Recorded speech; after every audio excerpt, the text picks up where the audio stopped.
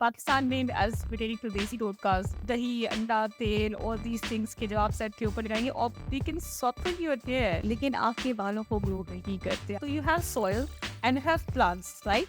That grow out of the soil. So take the scalp as the soil basically. अगर आपका scalp ही healthy नहीं है तो फिर बाल बिल्कुल सही ग्रो नहीं करेंगे. So what about diet and stress as the tools that they say in Scotland?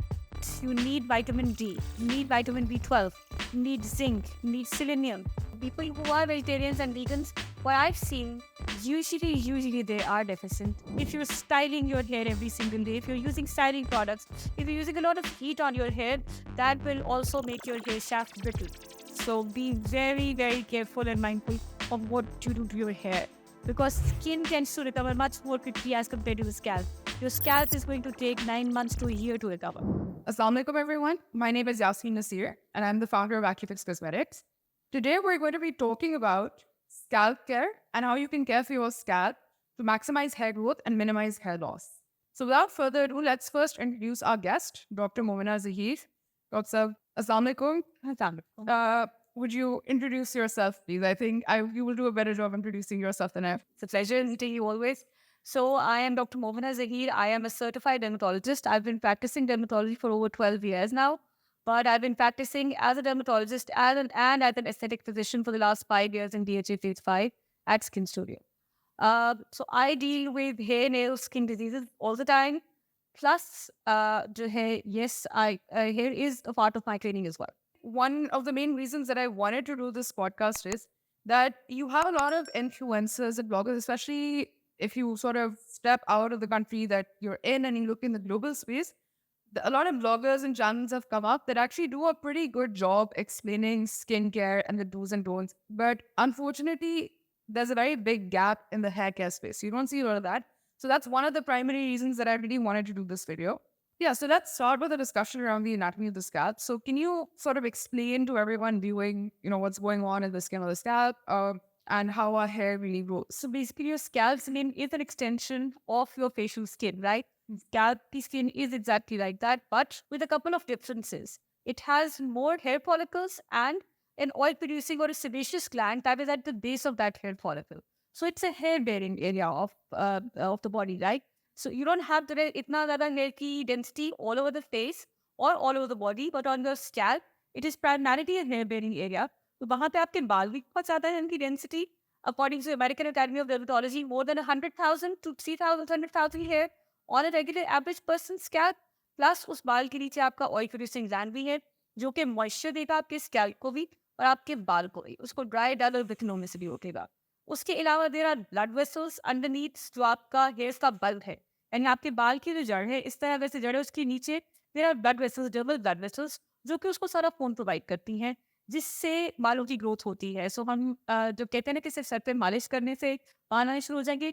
It's basically the massage increases the hair circulation to your scalp जिस वजह से बाल आपके कुछ बेहतर लगा. We just talked a little bit about, the scalp. So what is the next question that I sort of wanted to ask you, how important is the scalp for healthy hair growth? It is the most important part for a healthy hair. जिस तरह, so you have soil and you have plants, right? That grow out of the soil. So take the scalp as the soil basically. आपका scalp is the area जिससे आपके बाल grow करेंगे. अगर आपका scalp ही healthy नहीं है तो फिर बाल बिल्कुल सही ग्रो नहीं करेंगे. अगर आपका scalp red है, inflamed है, उसके ऊपर fungal infection हुआ हुआ है, जिसको seborrheic dermatitis कहते हैं, dandruff कहते हैं, there is malassezia, it's a fungus that grows on your scalp, right? अगर आपका scalp healthy नहीं है, it is dry, itchy, scaly, inflamed scalp है, तो उसके ऊपर बाल आपका ग्रो नहीं करेगा बल्कि जो एग्जिस्टिंग बाल हैं उनकी भी रूट्स swollen होंगी and they are also going to start shedding. इसलिए take it as the soil जिसमें आप छोटे छोटे पौधे लगाते हैं. सो अगर आपकी सॉइल हेल्दी नहीं होगी आपके प्लांट्स हेल्दी नहीं होगी, they won't grow. Same goes for your hair as well. अगर आपका स्कैल्प हेल्दी नहीं होगा तो your hair is not going to grow, it's going to be dry, dull, brittle, and it's going to fall off. So I really like that analogy of, the scalp being the soil and the hair you get from the kind of goes out of it. So, coming to the sort of next question that really comes out of that, honestly, no one they have an unhealthy scalp, right? How can you tell that your scalp is not kosher? So if it is very dry, very flaky, if you have dandruff coming off and you're brushing your hair when you're not brushing your hair, if it's red, if it's bumpy, itchy, painful, जब आप scalp को हाथ लगाते हैं while brushing, if it's bumpy, तो yeah, definitely it's not a healthy scalp. What if it's excessively oily? अच्छा, excessively oily के साथ ये है कि उसकी भी वजूहात हो सकती हैं. There are people who are born in an oily skin. They tend to usually have an excessively oily scalp. But if it is excessively oily, तो yes, it is also tending towards not healthy scalp because आपके फिर वो clog कर रहा है. जिस तरह आपकी स्किन पे पोर्स क्लॉग हो जाते हैं, your scalp, your hair follicles are also getting clogged क्योंकि उसी की तो बेस पे पड़ा है आपका sebaceous gland. So अगर आपका scalp बहुत ज़्यादा oily भी हो रहा है, तो that also eventually, if you don't wash your hair repeatedly with an oily scalp, that also needs to get washed. They're perfect. So I think we kind of set up really our foundation for discussing what comes next, right? So we've kind of discussed how the scalp is structured, why the scalp is important for hair growth, and also talk about the signs and symptoms of an unhealthy scalp. There are a lot of myths around the things to do to maintain like a healthy scalp, etc. What are, according to you, some of the most common ones, and what's the reality? So Pawan में Pakistan में as pertaining to desi todkas, dahi, anda, tel, all these things के जब आप set के ऊपर लगाएंगे और we can soften your hair, लेकिन आपके बालों को ग्रो नहीं करते. I mean, people are going to be so angry with me with this. अच्छा, जो प्याज का पानी we were talking about ना, the garlic and the onion water that you were talking about, that actually has a little bit of reality behind it. Why? Because it irritates the scalp. So it acts as an irritant. So in alopecia areata, people who have hair loss, medical grade hair loss because of inflammation inside the root. So when you apply an irritant to the scalp, it tends to shift the inflammation towards the skin, but it will burn your skin. It will irritate your skin. That is how it will create new hair growth on that hair area. It is not for a normal healthy scalp. If you want to grow hair, so applying all those irritants is a bad idea. So let's talk a little bit about diet and stress, the role of diet and stress in during salad. Because a lot of people, especially people who have acne also, they come and ask us, what is it that we should actually be doing, anything we should avoid? So what about diet and stress and the rules that they play in salad? So diet and stress actually play a very, very important role. If you're not taking a good, healthy, balanced diet, which does not have proteins and vegetables and fruits in it, then you will not have good, shiny hair, or you will have dry, done, lusterless hair. So the main ingredients that are important is proteins. Yes, sort of proteins you'll get from meat, you'll get from eggs, you'll get them from beans, but you need vitamin D, you need vitamin B12, you need zinc, you need selenium, you need all these. And for to popular belief, a little bit of biotin. You don't need that super biotin that everyone is reporting. Biotin usually only increases the hair length, does not do anything for hair thinning or hair fall. That is what I always tell people. It tends to worsen your acne, but it is not going to increase. It is going to increase your nail length and your hair length. It is essential, but not that essential for new hair growth. So you need to eat fruits, vegetables, green leafy vegetables. In Pakistan, you can get spinach. You can't get every berry, but you can get strawberries these days. You can get a lot of nuts. So you need to have nuts, seeds, proteins in your diet for a healthy scalp and for a healthy hair growth. Stress. So any kind of stress in your body. If you're having job stress at work, if you're having stress in the form of any illness, if you get sick, if you get typhoid, dengue, evidence-based studies have proven that people who got COVID, 98% of them faced mild to moderate to even extreme hair shedding. That's called pteridotubulum. Your growth cycle, so the hair, when it is in the growth cycle, is called anagen. It goes from the anagen to the shedding phase, which is the pterogen phase. It sheds all of a sudden. So you face all these things if you're not well, if your body is under stress. Mental stress, as well, we don't talk about it, but chronic mental stress can lead to a lot of hair thinning and a lot of hair fall. So that is also very important. You need to keep your mental health in check. You need to have and physical stress. So if you're putting your body through a very grueling schedule and not resting, not getting enough sleep. Sleep, I think, is something that's very underrated these days. If you're not taking enough sleep, it is going to mess with your hairs, your skin, your overall body. So sleep, and it does not need to be 6 hours ki sleep. It needs to be at a regular fixed time. You need to be in bed by 10 p.m. I tell people if you're sleeping at 2 or 3 in the morning, and even if you're getting a 6 hours sleep, your normal circadian rhythm, your body's hormones, they all get messed up if you're not taking good sleep, and regular sleep patterns are very important. So you mentioned, sort of getting enough protein and protein coming in through things like eggs and meat and all of that. What are your thoughts on veganism and vegetarianism?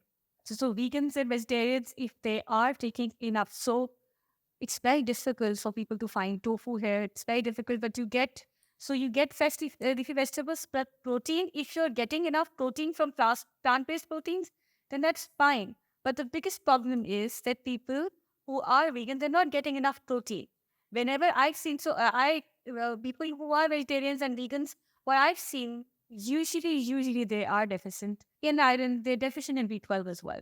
That is my experience, but it won't be yours. But this is what I experience in my practice, that people who are purely vegetarians and vegans, they do tend to have more deficiencies as compared to people who are not taking enough protein from animal-based sources. If you're taking protein powders, so you can replace that. If you're taking and placing enough protein, you're taking the protein powders, you're taking enough protein from a vegetarian source, then that's perfectly fine. But still, I'll state it is not enough protein. Okay. So there's interesting viewing research in this debate, right?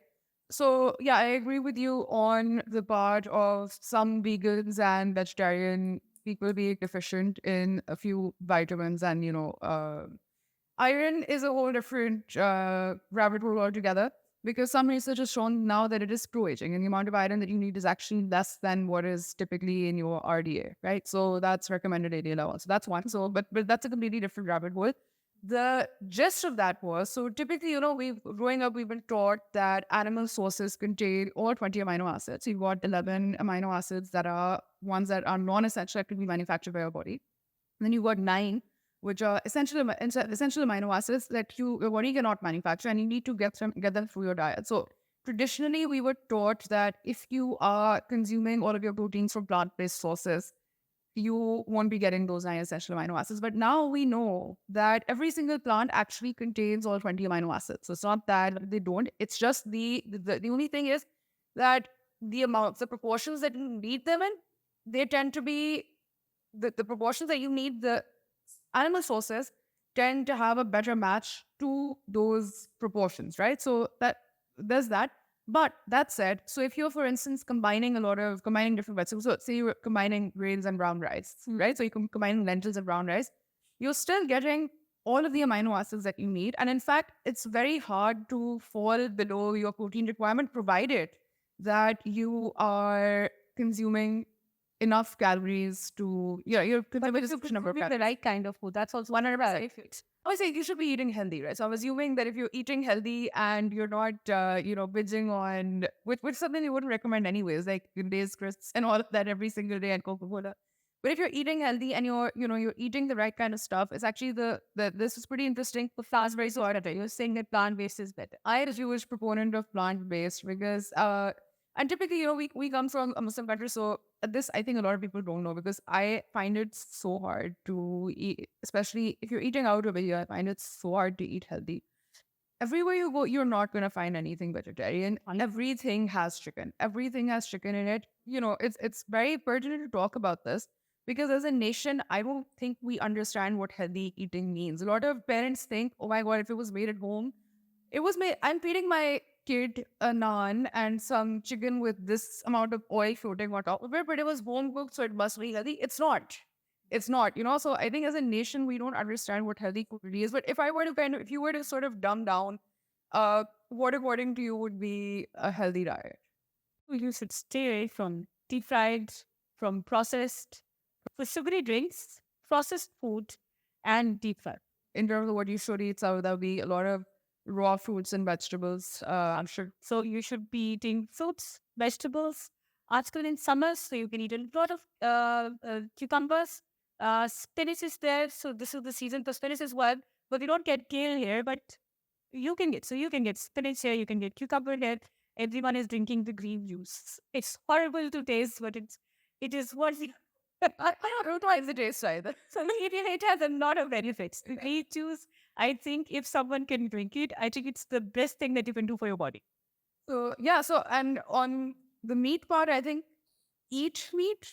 Don't even if you look at it from a religious point of view, don't eat it every day. That's what No. So I'm that no. I'm not a fan of everyday meat, and not at all. Yeah. Even at our house, maybe once a week, twice a week. That's the max they can. Yeah. So I don't not a fan of eating meat every day. I used to love meat, but over time, people generally when you tell them meat, don't eat meat, they look at you and they're like, but I can't live without it, And I mean that's not true. I think once you start eating less of it and you really start to discover everything that you can do with vegetables, you kind of start to lose your taste for it. So I don't really crave meat that much anymore. I don't have it regularly. I do have meat. It's not that I'm not a strict vegetarian or a strict vegan, but I try to be plant based as much as possible. How does stress really affect your hair follicles in the scalp, right? So what does it do? What is the mechanism of action? And then what are the steps that we can take to actually manage their stress? So stress actually decreases the blood flow to your scalp. That is what happens. That when your blood flow is decreased, so if you're so let's say your hair is not getting enough blood supply, so then it will reduce the hair growth as well. It will lead to shrinkage of the hair follicles as well. And the stress that we talked about, they're falling in. Any illness that is related to podium, so it shifts the growth cycle immediately from the growth cycle to the shedding cycle. So the hair, rather than growing, the growth is stunted, it is stopped, and you shed hair. People come and say "Ki the hair is falling off from the roots." That itself is very stressful. Although it tends to, whenever with chronic illness or when if you're very, if you fall ill, it tends to come back. The hair, if you're taking care of it, it tends to come back. Even if you leave it, it deals with fluvium. When your body has faced a sudden illness, it will come back. Like with cancer chemotherapy, everyone gets back. Most of the people, they get back their hair without any a reduction in the hair density. They tend to back once the chemo is we're done with the chemo, right? The people tend to get their hair back. Okay, with stress management, this is a very, very difficult thing to do. In times like these, they can only with you have to take care of your mental health. You have to. So people know this. Everyone has been done. So you need to work out. Exercise is something that's very, very important for a healthy body and healthy hair as well, because increased good exercise, increased blood flow to your hair follicles as well. Then you need to, so yoga, breathing exercises, that also reduces your stress. And in my case, I believe not thinking about things and your problems too much does, because if you keep on thinking, so overthinking is going to mess everything up. Right? Yeah, 100%. Yeah, I think that, and I think people overthink when, sorry, I think a lot of people are going to hate me for this. You need to find productive things to do with your time and have your brain occupied with those so you're not thinking about. Because at times I tell people when young girls come to me who say they were very stressed, I tell them start something online, get a job. This is what I tell people, because you'll be so occupied by the end of the day when your head hits your pillow, you don't know what has happened to your day. Yes, you don't. Is gone. You just want to go to sleep.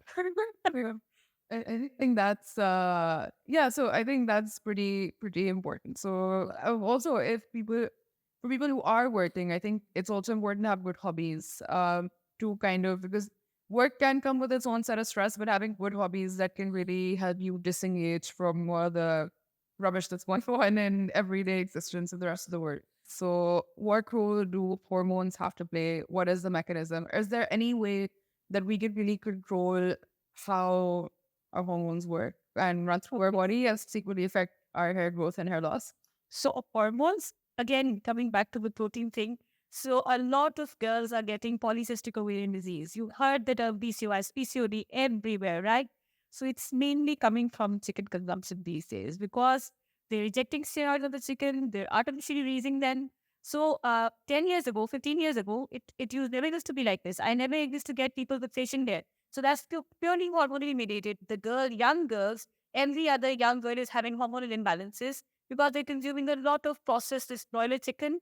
This tends to mess up your hormones, right? Your sleep cycle messes your hormone. Again, I come back to the sleep. Sleep is very important. A set pattern of sleep fixes a lot of things inside your body. It fixes your overall health. It fixes your health. So you need to sleep at a regular time. Your sleep cycle needs to be well with hormones.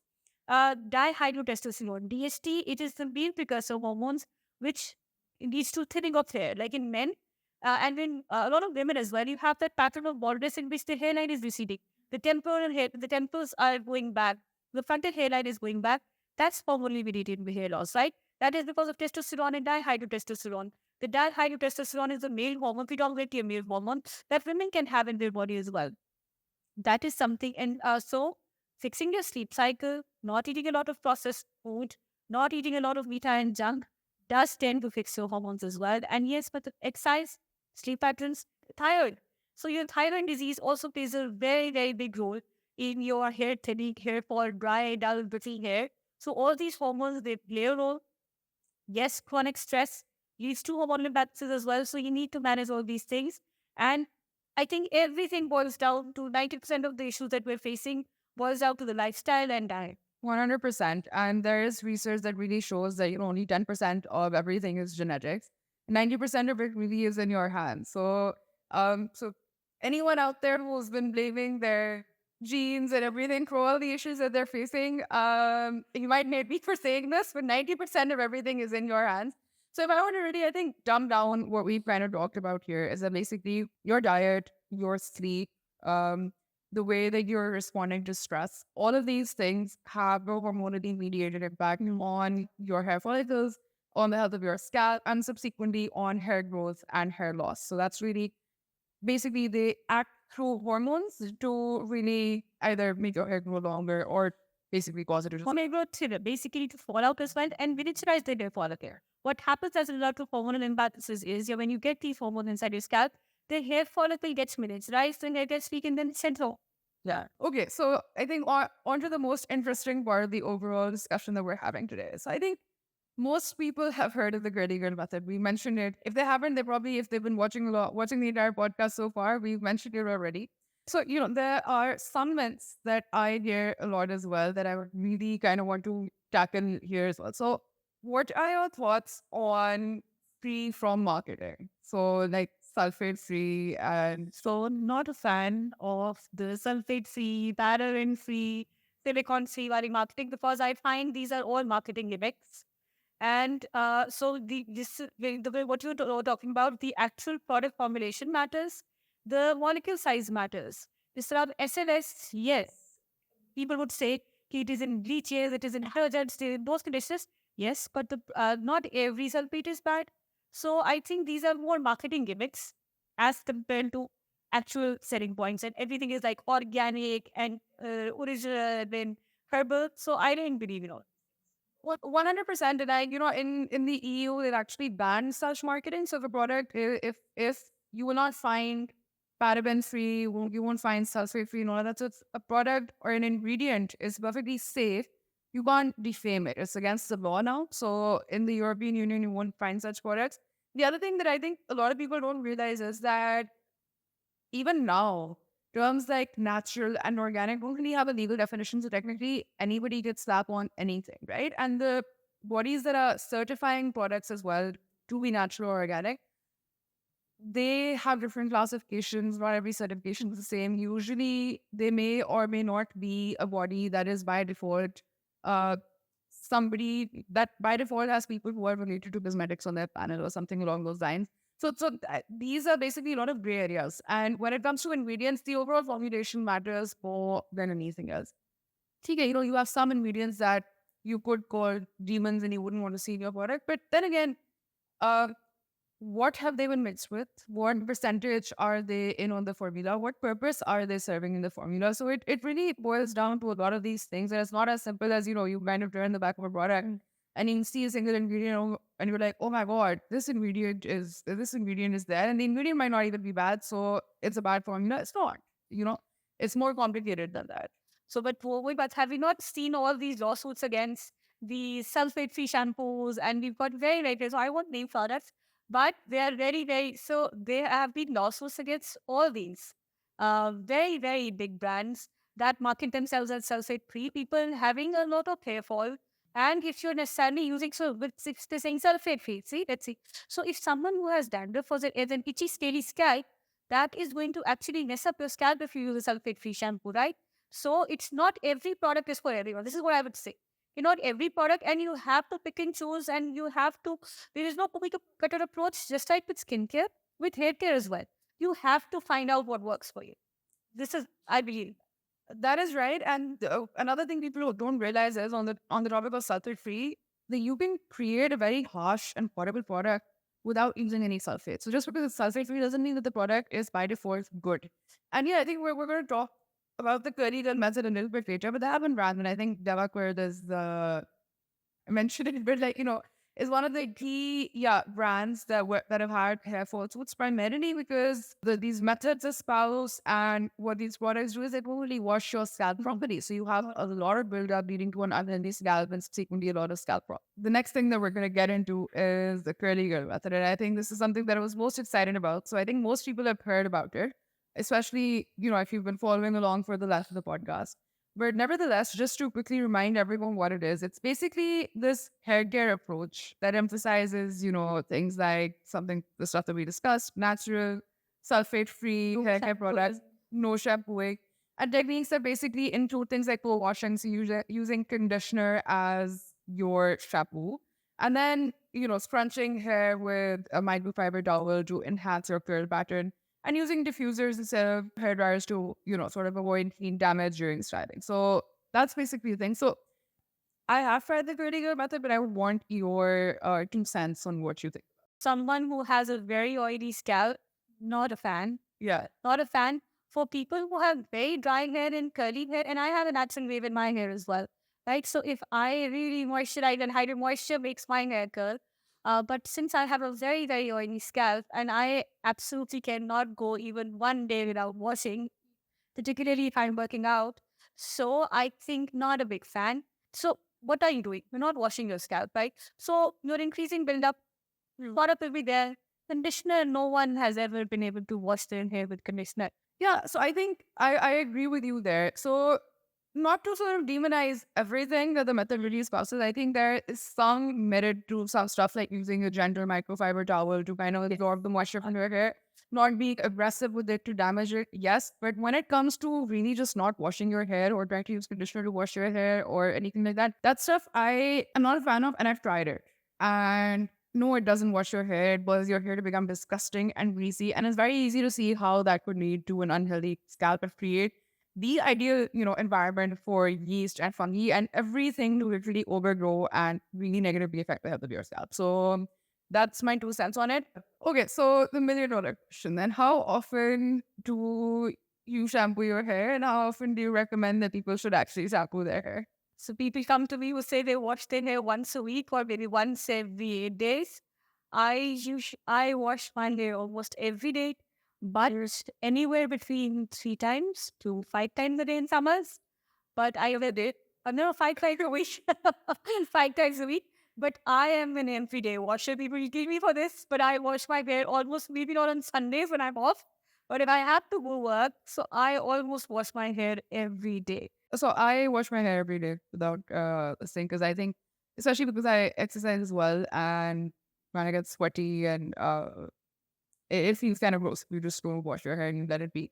But even otherwise, generally, unless I think you have a super, super dry scalp, I think it's generally a good idea to just wash it every day. If you have a dry scalp, I think then every second day. But I've 3 times is over. 3 times. 3 weeks, every second day, every second to 4. Second is fine. Yeah, It's what's fine. but I would generally, for myself at least, I wouldn't really push it more than that, because I think it's the same thing. Like if you tell somebody not to wash their face, they're going to look at you and be like, "Are you for real?" That's disgusting. But it's the same with your scalp. Your scalp skin is actually significantly more sensitive, more prone to absorbing stuff, more because it has so much hair, it can actually stuff builds up. Because very increased blood supply. The reason it gets absorbed is absorb everything because the blood supply is very extensive. Like if you have a scalp wound, Yeah. you are going to bleed like crazy. Yeah. If you have your blood supply of your face and scalp, it is much more as compared to the rest of the body. If you get a cut here, or God forbid, if you get a cut on the scalp, you're going to bleed like crazy because there are so many blood vessels in it. Yeah. That and then obviously you have so much hair, it's sort of trap dirt and oil and gunk and everything. And if the idea of not washing your face every day is disgusting to you, then the idea of washing your scalp once a week should be even more disgusting. I don't see how people can do that. And then I think that's critical. So you should wash your hair regularly. It's just a matter of kind of choosing the right product. So I wouldn't say wash your hair every day with the wrong stuff, but 100% choose the right product. Moving on to the next question, I'm going to ask you, what should people look for when they're trying to find a shampoo or a conditioner suitable for them? What are the ingredients that people should be looking for? Since you're the expert at that, you are studying this, so you tell us what should they be. Okay, so first off, I think so I'll cover conditioner first. Reason being that conditioner doesn't have much of a role to play in terms of scalp health. And that's because conditioner isn't supposed to be applied on the scalp. It's supposed to be applied on the hair shaft, right? So it's not for the scalp. And oftentimes, if you do apply conditioner on your skin, it can result in irritation for some people, right? And it can create some buildup in the scalp as well. So conditioner is for the hair, shampoo is for the scalp. Now, when you shampoo, you want to shampoo your scalp and not your head. And then if you're the shampoo that you put in your scalp, when you just want to let it run down, but do not put shampoo on your hair and be aggressive with it because that does more harm than good. That damages your hair. So that's one. So in terms of what to do, what to look for when choosing a shampoo, don't buy into garbage claims like sulfate free and paraben free and all that. It doesn't matter. One ingredient that I do tend to be a little bit wary of if it is high up on the ingredients list is specifically just sodium lauryl sulfate, because sodium lauryl and borax are two different product compounds altogether. They're two different raw materials. So specifically sodium lauryl sulfate, because that is very small molecules that if it's at a high concentration and stuff, it can penetrate the skin and it can cause irritation. So that is one ingredient that I feel a little bit wary of. That said, some people come and say, that things like it causes cancer and all that. That's garbage. That's not. It can just irritate the surface of your skin, and that's pretty much it. But that's not something you want either. So that's one. The other thing you want is something that is gentle. So if your scalp is kind of feeling, if it's a product that you feel like if you use it every day, it irritates skin on your scalp and it causes your hair to dry out and all of that, that's an indication that it's damaging your hair. If it's damaging your hair, it's also probably damaging your scalp. It's too harsh. Probably not formulated right at the right pH with the right combination of surfactants. That's one. So you want something that is at the correct pH, that is gentle, and not really using gimmickry marketing to market itself. So those are some of the main things. A shampoo is basically meant to clean. So you just want something that cleans your scalp, reduces buildup and everything, but without creating any accompanying irritation. So that's a general thing. So I think people might, ask me, okay, what ingredients to look for and not look for. And honestly, that just isn't the entire combination that matters. So if anybody who's coming and say, look for this, don't look for that, just natural, all that, they're oversimplifying it, shows an alternative history. So that would be my, right? Any follow-up? So give me one like what should people look for? What should be a shampoo movie for you and I get chat? Something that cleans, but without causing irritation in your scalp or without damaging your hair. So cleans but doesn't check. That would be the one thing. Okay. And so another thing that you were talking about, scalp exfoliation. You were asking whether I'm pro or yeah. So where you want to something about that? I exfoliate my scalp at least every 10 days. I do. I use this. So people are using AHAs and BHAs to exfoliate the scalp these days. So I am also using a BHA exfoliant these days every 10 days to just cleanse my scalp. So I have done that. I'm actually working on a salicylic acid shampoo. We were initially going to start out by launching a happy napper. But then I actually asked so I asked them, like, what's your most pressing concern? I feel like even more common than that is damage. So that's what I decided to tackle first. But but before I got to the damage one, I actually already developed an anti-dandruff shampoo. It's a salicylic acid-based shampoo, so it's not just for people who are dandruff, but you can use the scalp. It's basically clarifying. So it's a clarifying shampoo because everyone who's using, so people are using dry shampoos every single day. People are using a lot of product on the hair. As another thing that I wanted to mention, we were talking about. So if you're styling your hair, and what causes a lot of hair fall and hair damage, if you're styling your hair every single day, if you're using styling products, if you're using a lot of heat on your hair, that will also make your hair shaft brittle. And all these things, this hair keratin, the Brazilian hair keratin and Botox, this is really, really bad for your hair. And I've had people in which clumps of hair have fallen off. So be very, very careful and mindful of what you do to your hair because skin tends to recover much more quickly as compared to the scalp. Your scalp is going to take 9 months to a year to recover.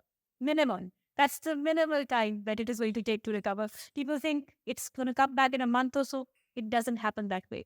You can fix the skin, start fixing it in 4 to 6 weeks' time. But that is not the case with your scalp or your hair. It takes years and years to bring back your hair. So be very, very careful, be very mindful of what you're putting on your scalp and on your hair shaft. So that winds up our podcast for today. A little bit from Muna. Thank you so much for getting over. Always a pleasure speaking with you. Thank you so much, Tamari Yasin, and I always learn the things from So I hope you enjoyed today's podcast. Please don't forget to comment and subscribe. Drop whatever questions you have that you would like us to cover in future podcasts in the comment section as well. And inshallah, I will see you again in the next one.